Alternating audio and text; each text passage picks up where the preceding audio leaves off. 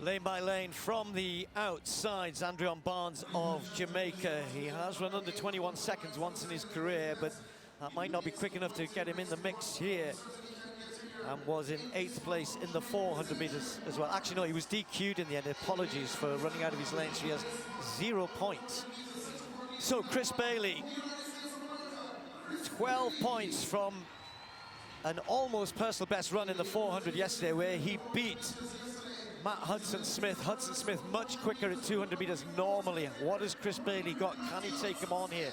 The two of them next to each other in lanes 6 and 7.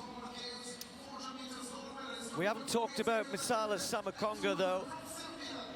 Probably would have hoped he could have run a bit quicker in the 400 yesterday. He finished in 5th place, just got the 4 points, but is not bad at 200 as well. Jereem Richards, you see that personal best, 19.8, the only man in this field under 20 seconds in his career. Little disappointing for him in the 400 yesterday. Deandre Watkin of Jamaica. He's got a much better lane perhaps than no, would have preferred to have had that one, I think, in 3, if you like, wouldn't he? Yeah, he would have. Yeah, Kevin Atshipi, let's watch him. The young Botswanan won't be too far away in this 200. Vernon Norwood, who's already run fairly swiftly at this event. 3rd in the 400 yesterday, but tough lane draw for the American right on the inside. So the men's long sprints, they had, for many of them, their best event yesterday, the 400, the 200, a little bit of a challenge. What would you rather, your best event first? Would you rather your best event first? No. No. Yeah, run the other event, frighten the others, go well in your weak event. Yeah. But this is the way it came for these guys. They had the 400 first. Most of them would consider themselves 400-meter specialists. So just to remind you, Chris Bailey, the world indoor champion at 400, goes in lane 7.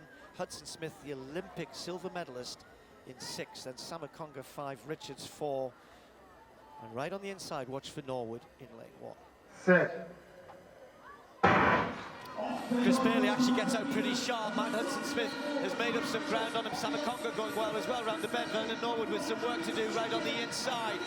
And also going well, Kevin Atshipi, but there's not much to choose between them. Matt Hudson's got some work to do to get amongst it. And the Brit is coming and he's charging quickly, but it's going to be right in the middle for Matt Hudson-Smith. Gets it ahead of Samakonga. Jereem Richards, all of them right in the middle there, forging their way forward down the home straight. Norwood had to go so hard round that top bend. But that is going to mean, with a 2nd place in the 400 yesterday and a win in the 200 meters, that Hudson-Smith is going to be the slam champion. Richards got up there for 2nd place, and that will certainly improve his point score after a disappointing 400 yesterday. Off the turn, I was really surprised with how fast Chris had got out. And I thought he was going to shock all of us. But as you can see, Matt just stalking around that turn, waiting for the straightaway to come so he can open up those long levers.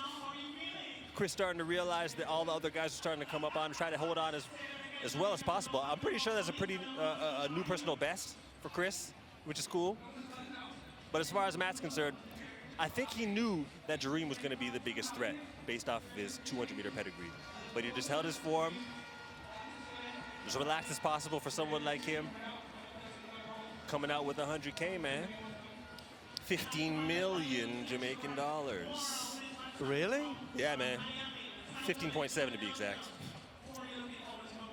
Well, that's the way to do it. I think everybody's been saying, you know, if you kind of get about 18 points, you've got a great chance, but 20 points, you've pretty much nailed it. There'll be 1 or 2 who might end up with 24.